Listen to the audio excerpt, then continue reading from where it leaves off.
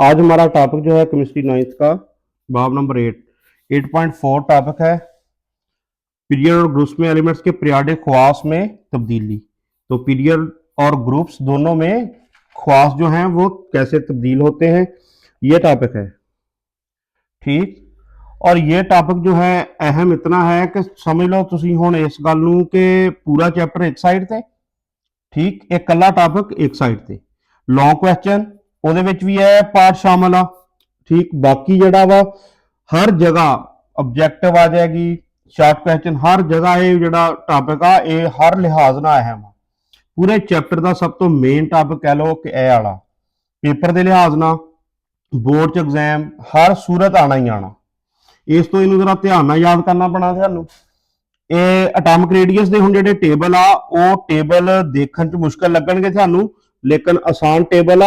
Easy याद हो जाएंगे और हुण ही सानू हो जाएंगे मौके ते ही।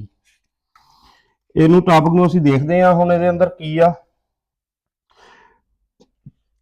पीरियड्स और ग्रुप्स में एलिमेंट्स के पीरियोडिक ख्वास। एक तां पीरियोडिक ख्वास हुण देखना तुसीं किहड़े-किहड़े आ। पीरियोडिक टेबल में एलिमेंट्स के ख्वास में पीरियोडिसिटी मतलब की आ कि ख्वास जिहड़े आ रिपीट हुंदे आ। पीरियोडिसिटी दा मतलब की होएगा ख्वास रिपीट होणगे एक खास वक्फियां तो बाद। ये असी ख्वास की दौरियत जिहड़ी सी पहले टॉपिक के अंदर डेफिनेशन पढ़ी सी, ख्वास की दौरियत ये वही चीज आ। इसकी वजह यह है पीरियोडिसिटी वजह किस तो है, इस वजह से है कि एलिमेंट्स के ब्रोनी शेल्स की गल हो रही है। वक्फों के बाद इलेक्ट्रॉन्स की तादाद यकसा, एक खास वक्फियां तो बाद इलेक्ट्रॉनों की तादाद यकसन हो जाती, एक जैसी हो जाती ब्रोनी शेल्स के अंदर। ठीक, जिस तरह हर ग्रुप के अंदर जिहड़ा वा हर ग्रुप मसलन एदी ब्रोनी शेल्स की तादाद सेम, टेबल पढ़िया सी तुसी कन्फ्यूगरेशन वाला, ठीक, वो वाला ही आ NS1 जिद्दां एदी चल रही सी। हर ब्रोनी शेल दे विच यकसा हो रहे हुंदे आ इलेक्ट्रॉन की तादाद। इस बुनियाद ते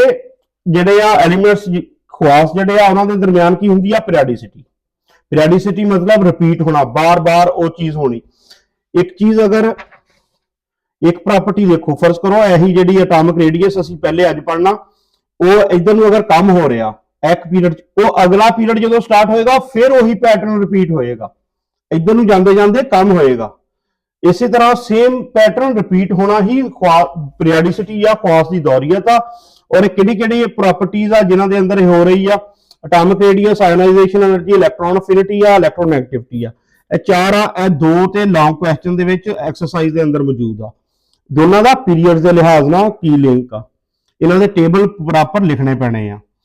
ਤੇ ਐਟॉमिक रेडियस ਤੋਂ ਸਟਾਰਟ ਕਰਦੇ ਆ। ਪਹਿਲਾ ਅੱਜ ਪੜ੍ਹਦੇ ਆ एटम के इर्द गिर्द इलेक्ट्रॉन के मनफी चार्ज का जो बादल है। यह हुण गल की आ गई, इनू देख लो। पहले तो इसकी हदूद वाज़ेह नहीं होती।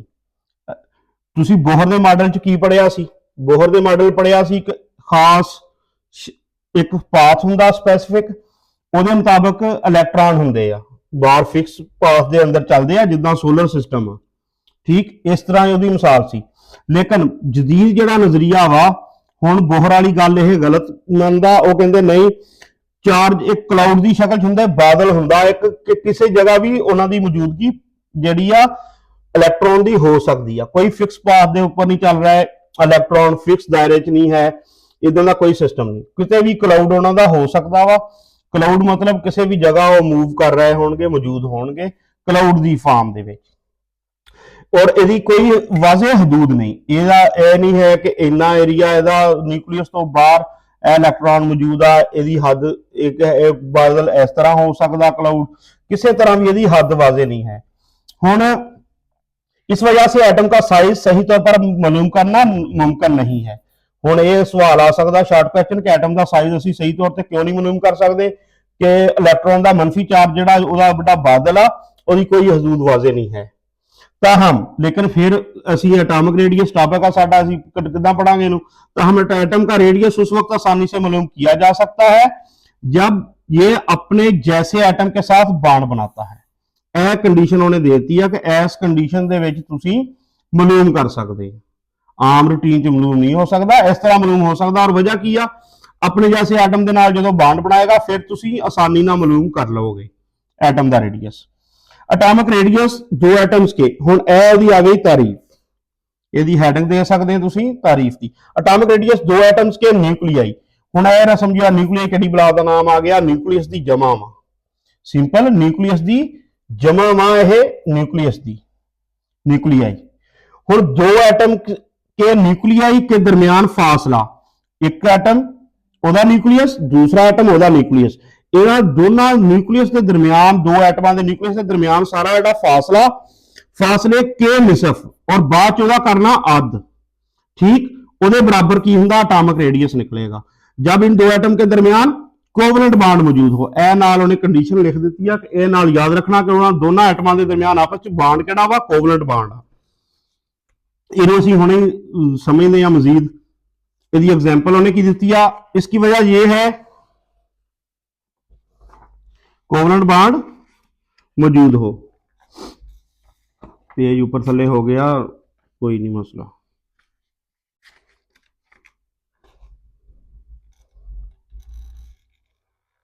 एटॉमिक रेडियस दूसरी गल,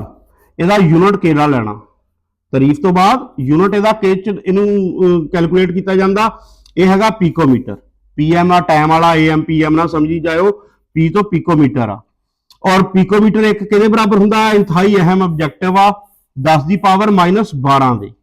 10 ਦੀ ਪਾਵਰ -12 मीटर ਦੇ बराबर होएगा एक पीकोमीटर। हुण असीं ਉਹਨੇ मिसाल ਜਿਹੜੀ ਦਿੱਤੀ ਸੀ तारीफ ਦੀ, दो एटम के न्यूक्लियाई का फासला ओदा निसफ, ਉਹਨੂੰ ਅਸੀਂ एक्सप्लेन कितना किया, मिसाल के तौर पर दो कार्बन एटम जो आपस में कोवलेंट बॉन्ड बनाते हैं तो उनके न्यूक्लियाई के दरमियान फासला, इन्ना फासला कढ़िया। न्यूक्लियाई मसलन एक दो न्यूक्लियस की जमा वा, एक न्यूक्लियस तो दूसरे न्यूक्लियस के दरमियान फासला टोटल कितना 154 पीएम आ। पीएम मतलब पीकोमीटर। इस फासले के निसफ यानी कि इन्हें दो दे तकसीम कर दो, निसफ अध निकले आएगा, वो कितना बनेगा 77 पीएम को कार्बन एटम का रेडियस कहते हैं। कार्बन एटम का रेडियस कितना निकलेगा 77 पीएम,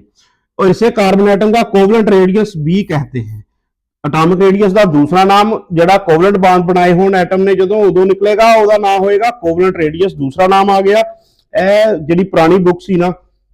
केमिस्ट्री दी, ਉਹਦੇ ਉੱਤੇ ਇਹ ਤਸਵੀਰ ਬਣੀ ਹੋਈ ਆ। ਇਹ ਇੱਕ ਐਟਮ, ਇਹ ਉਹਦਾ ਨਿਊਕਲੀਅਸ, ਇਹ ਦੂਸਰੇ ਦਾ ਨਿਊਕਲੀਅਸ, ਦੋਨਾਂ ਲਈ ਹੁਣ ਲਫ਼ਜ਼ ਇਸਤੇਮਾਲ ਕਰ ਲਿਆ ਨਿਊਕਲੀਆਈ।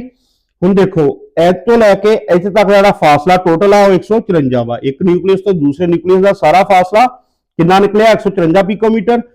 ਇਹ ਹੋ ਗਿਆ, ਔਰ ਇਹਨੂੰ ਡਿਵਾਈਡ ਕਰ ਦਿੱਤਾ ਨਿਸਫ ਤੇ, ਦੋ ਤੇ ਤੁਸੀਂ ਤਕਸੀਮ ਕਰ ਦੇਣਾ, ਇਹਦਾ ਅੱਧ ਕਰ ਲੈਣਾ, ਉਹ ਬਣ ਜਾਣਾ 77। ਇਹ ਵਾਲੀ ਤਸਵੀਰ ਇਸ ਤਰ੍ਹਾਂ ਸੀ। अच्छा, हुण अगे पीरियड्स में एटॉमिक रेडियस में तब्दीली। हुण पीरियड के अंदर इस तब्दीली किस तरह आती है, एक तो यह कम हुंदा, पीरियड के अंदर मेन वर्डिंग किहड़ी आ कम हुंदा। इस तरह पीरियड चलते आ, ठीक, इधरों इधर ज्यादा होएगा, इधर नूं कम होता जाएगा, इधरों कम होता जाएगा, कम होएगा। एक तो यह गल याद रखनी, जब हम पीरियडिक टेबल के पीरियड में बाएं से दाएं, पीरियड हमेशा किधरों शुरू हुंदा, लैफ्ट साइड तो शुरू हुंदा ना, तो लैफ्ट साइड तो जो भी असी चलना बाएं से दाएं चलते हैं, इस साइड में चली जाना असी जो, ਇਹਦਾ ਕੀ ਹੋਣਾ ਐਟਮ ਦਾ ਸਾਈਜ਼ ਅਮੂਮਨ ਕਮ ਹੁੰਦਾ ਹੈ। ਹੁਣ ਇਹਦੀ ਅੱਗੇ ਵਜ੍ਹਾ ਲਿਖੇਗਾ, ਔਰ ਇਹ ਜਿਹੜਾ ਪੀਰੀਅਡਸ ਦੇ ਵਿੱਚ ਐਟॉमिक रेडियस ਆ, ਇਹ लॉन्ग क्वेश्चन ਦਾ पार्ट आ एक्सरसाइज ਦਾ। अच्छा, इसकी वजह यह है कि दूसरे पीरियड में जब हम लिथियम से, दूसरा पीरियड वो स्टार्ट कितों ने किया, लिथियम तो किया, हाइड्रोजन तो नहीं किया, नियोन की तरफ चलते हैं। यानी कि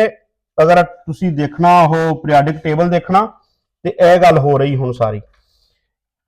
ਇਹ देखो यह गल होएगी लिथियम तो बरीलियम, ए वाला होएगा उपर वाला, आ main element, main group element होणगे, ए तक मेंशन होणगा सारा, ए दो फिर आ सारा इस विचों मेस आ, या इधरों इत्थे तक होएगा सीजियम तक, ग्रुप च सीजियम तक आ ए वाला, और पीरियड दे विच ए सारी लाइन ए आ उपर उपर वाले ए मेन जिन्ने एलीमेंट आ, ये आ लिथियम तो नियोन तक जदों असीं जाना एक पीरियड मुकम्मल हुंदा ओदी गल आ। जब हम लिथियम से नियोन की तरफ चलते हैं तो एटम्स के ब्रोनी शेल्स में मौजूद इलेक्ट्रॉन्स बढ़ते चले जाते हैं। बाहर वाला शेल जिहड़ा वो च इलेक्ट्रॉन बढ़ते जाएंगे, हर नवे एटम च बाहर वाले शेल च इजाफा होंदा जाएगा। और तुहानूं पता कि एक पीरियड जो हुंदा उस शेल एक मुकम्मल हो जाता, एक पीरियड एक शेल दे विच इलेक्ट्रॉन फिल होके एंड ते नियोन दे आखिरी शेल मुकम्मल हो जाएगा। इसके साथ इन एटम्स के न्यूक्लियाई में मुस्बत चार्जेस भी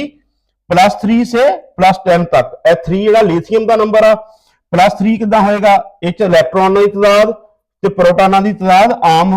ਜਿਹੜਾ ਹੁੰਦਾ ਨਿਊਟਰਲ ਐਟਮ ਉਹਦੇ ਅੰਦਰ ਬਰਾਬਰ ਹੁੰਦੀ ਹੈ ਇਲੈਕਟ੍ਰੋਨ ਤੇ ਪ੍ਰੋਟੋਨ ਬਰਾਬਰ ਹੁੰਦੇ ਆ ਲਿਥੀਅਮ ਦੇ ਵਿੱਚ 3 ਪ੍ਰੋਟੋਨ 3 ਐਟੋਮਿਕ ਨੰਬਰ ਇਹਦਾ 10 ਨਹੀਂ ਹੁੰਦਾ ਇਹਦੇ ਵਿੱਚ ਪ੍ਰੋਟੋਨ ਜਿੰਨੇ ਇਲੈਕਟ੍ਰੋਨ ਉਨੇ ਹੀ ਪ੍ਰੋਟੋਨ ਹੁੰਦੇ ਆ ਪ੍ਰੋਟੋਨ ਵਧੇਗਾ ਪ੍ਰੋਟੋਨ ਤੇ ਚਾਰਜ ਪੋਜ਼ਿਟਿਵ ਹੁੰਦਾ ਵਾ +3 ਤੋਂ 10 तक चार्ज पहुंच जाएगा और चार्ज केड़ा मुस्बत यानी कि जिदा जिदा इलेक्ट्रॉन वधी जा रहा है प्रोटॉन भी नाल नाल उन्ना ही वधी जा रहा है ये मुस्बत चार्जेस जब बेरोनी इलेक्ट्रॉन्स को अपनी तरफ खींचते हैं पॉजिटिव चार्ज जड़ा है खींचेगा अपनी तरफ ठीक है किनू बेरोनी इलेक्ट्रॉन्स किनू खींचेगा मुस्बत चार्ज बेरोनी इलेक्ट्रॉन्स नू तो लिथियम से नियोन तक तो लिथियम तो लेके नियोन तक एटम के साइज कम होते हैं ए रीजन आ ए पूरा इत्थे तक एग्जैक्ट लिखना वा तुसीं लॉन्ग क्वेश्चन अच्छा हुण यह एग्जांपल आ दूसरे पीरियड में मौजूद एटम्स के एटमी रेडियस ए पीरियड के अंदर रेडियस किस तरह वा ए मेन ग्रुप एलिमेंट आ मेन एलिमेंट्स जिहड़े भी आ दूसरे पीरियड दे सारे ए एलिमेंट्स लिखते एटॉमिक रेडियस पीएम च लिखना वा lithium beryllium boron carbon nitrogen oxygen fluorine neon ए पूरा पीरियड लिखता हुण देखो 152 ए पीएम च ਪੀਕੋਮੀਟਰ ਦਾ 152 ਲਿਥੀਅਮ ਦਾ ਵਾ ਇਧਰ ਨੂੰ ਜਿੱਦਾਂ ਜਿੱਦਾਂ ਅਸੀਂ ਜਾ ਰਹੇ ਆ ਇਹ ਕੰਮ ਹੋ ਰਿਹਾ ਹੁਣ ਮਸਲਾ ਇਹ ਆ ਕਿ ਇਹਨੂੰ ਦੇਖ ਕੇ ਘਬਰਾ ਜਾਓਗੇ ਇਹਨੂੰ ਯਾਦ ਕਿੱਦਾਂ ਕਰਨਾ ਇੰਤਹਾਈ ਸੌਖਾ ਕੰਮ ਹੈ 152 ਤੋਂ 13 152 ਤੋਂ ਬਾਅਦ ਕਿਹੜੀ ਵੈਲਿਊ ਆ 13 ਵਾਲੀ ਯਾਨੀ ਕਿ 39 ਦਾ ਡਿਫਰੈਂਸ ਆ ਔਰ 39 ਨੇ 13 ਦਾ ਟੇਬਲ ਟਾਈਪ ਹੀ ਡਿਫਰੈਂਸ ਆ 13 ਦੇ ਟੇਬਲ ਟਾਈਪ ਦਾ ਡਿਫਰੈਂਸ ਨਿਕਲ ਰਿਹਾ ਇਹਨਾਂ ਨੂੰ ਅਗਰ ਕੈਲਕੂਲੇਟ ਕਰੋਗੇ ਤੇ 13 26 39 52 ਹੁੰਦੇ ਆ ਨਾ ਟੇਬਲ 'ਚ ਤੇ 152 ਇਹ ਕੰਮ ਹੋਣਾ ਵਾ 152 ਤੋਂ 113 तक आ गए तुसी फिर 88 ए दोनों जगह 11 का टेबल लग गया 11 टेबल लग गया दोनों ते 88 77 जेडे आ 88 87 77 के आंदे आ फिर अगे 2 का डिफरेंस आ हर एक इथों स्टार्ट हो जाता 77 तो 77 तो बाद हर एक का 2 का डिफरेंस करी जाना यह सारा टेबल याद हो जाएगा थानू 75 73 71 और हो गया और ये भी याद करना BCNO BCNO FNE LBE पहले तो लिथियम बेरिलियम हो गया BCNO FE हो जाएगा याद अच्छा हुण ग्रुप के अंदर की ट्रेंड आ ग्रुप्स में एटॉमिक रेडियस में तब्दीली किस तरह होएगी एक ग्रुप में एटॉमिक रेडियस ऊपर से नीचे ग्रुप की जो गल होएगी तो असी इस तरह ग्रुप हुंदा इह ऊपर तो नीचे की ट्रेंड बनेगा नीचे जाते वक्त बतदरीज बढ़ जाता है हुण ये बढ़दा क्यों आ इसकी वजह यह है कि जब हम ग्रुप में ऊपर से नीचे जाते हैं तो एलिमेंट्स में मौजूद शेल्स की तादाद में इजाफा शैल की तादाद इजाफा हुंदा पिछे सी इजाफा लिखा सी इलेक्ट्रॉन की तादाद वध रही है शैल सेम रहिंदा शैल नहीं ऐड हुंदा नवा हर ग्रुप च नवा शैल ऐड हो जाता शैल्स की तादाद में इजाफा हो जाता है जिद्दां जिद्दां नीचे पहले एक शैल आना चल रहा अगला ग्रुप आ एक शैल नवा ऐड हो जाएगा अगले ग्रुप ओचिक शेल नवा ऐड हो जाएगा शेल ऐड हो जाएगा शेल्स की तादाद में इजाफा होता है और शेल्स में इजाफे की वजह से इस वजह तो की होएगा न्यूक्लियस की कशिश की कुव्वत न्यूक्लियस जड़ा उन्होंने खिंच के रखता सी ना रस्सी पा के अपने आप न्यूक्लियस का जड़ा असर आ घट गया न्यूक्लियस की कशिश की कुव्वत बेरोनी शेल में मौजूद इलेक्ट्रॉन्स के लिए कम हो जाती आखिरी जड़ा वो रेंज चो बाहर जाई जाएगा न्यूक्लियस का असर होते रस्सा उस तक जाना ही हट जाएगा शेल में मौजूद इलेक्ट्रॉन्स के लिए बतदरी कम हो जाती है और ये बात एटम के साइज में इस तो की हुंदा इजाफा हो जाता है एटम के साइज के अंदर किथे ग्रुप्स के अंदर हुण देखो ए वाला टेबल आ ये टेबल आसान आ सब तो आसान आ एक तो ग्रुप दे विच हाइड्रोजन छड्ड के उन्हें स्टार्ट किया पहला group lithium sodium potassium rubidium caesium आ अच्छा हुण लिथियम दा ते उधर नु भी पीरियड च भी 152 ही सी ਤੇ ਗਰੁੱਪ ਵੀ ਉੱਥੇ ਸਟਾਰਟ ਕੀਤਾ ਤੇ ਇਹ ਵੀ 152 ਹੀ ਰਹਿਣਾ ਠੀਕ ਹੁਣ ਇਹ ਦੇਖੋ ਇਹ ਜਿਹੜੇ ਸ਼ੈਲਸ ਆ ਇਹ ਹੈਗੇ ਆ ਅੰਦਰੂਨੀ ਸ਼ੈਲਸ ਬਰੂਨੀ ਸ਼ੈਲਸ ਨਹੀਂ ਅੰਦਰੂਨੀ ਸ਼ੈਲਸ ਉਹਨਾਂ ਚ ਇਲੈਕਟ੍ਰੋਨ ਦੀ ਤਾਦਾਦ ਆ ਇੱਕ ਤਾਂ ਇਹ ਟੇਬਲ ਦੇ ਅੰਦਰ ਇਹ ਯਾਦ ਰੱਖਣਾ ਹਰ ਜਗ੍ਹਾ ਬਰੂਨੀ ਲਫ਼ਜ਼ ਯੂਜ਼ ਹੁੰਦਾ ਇੱਥੇ ਵੀ ਅੰਨੇਵਾਹ ਨਹੀਂ ਠੋਕ ਦੇਣਾ ਬਰੂਨੀ ਲਫ਼ਜ਼ ਅੰਦਰੂਨੀ ਸ਼ੈਲਸ ਕਿਦਾਂ ਵਾ 2 10 18 36 54 ਇਹ ਤੇ ਯਾਦ ਰੱਖਣਾ ਤਾਦਾਦ ਕਿਦਾਂ ਯਾਦ ਰੱਖੋਗੇ ਇਹਨੂੰ ਯਾਦ ਕਰ ਲੋਗੇ ਪਹਿਲੇ ਹੈਗਾ ਇਹਨਾਂ ਦੇ ਤਿੰਨਾਂ ਦੇ ਦਰਮਿਆਨ 8 ਦਾ ਡਿਫਰੈਂਸ ਆ ਠੀਕ ਇਹ 18 ਤੋਂ ਬਾਅਦ ਜਿਹੜਾ ਟੇਬਲ ਚੱਲ ਗਿਆ ਚਲੋ 18 ਦਾ ਟੇਬਲ ਚੱਲ ਗਿਆ 18 36 54 18 36 54 ਹੋ ਗਿਆ। ਹੁਣ ਇੱਧਰ ਦੇਖੋ 152 186 152 ਤੋਂ ਬਾਅਦ ਆ ਗਿਆ 186, ਠੀਕ, ਫਿਰ 227, ਇਹ ਰैंडम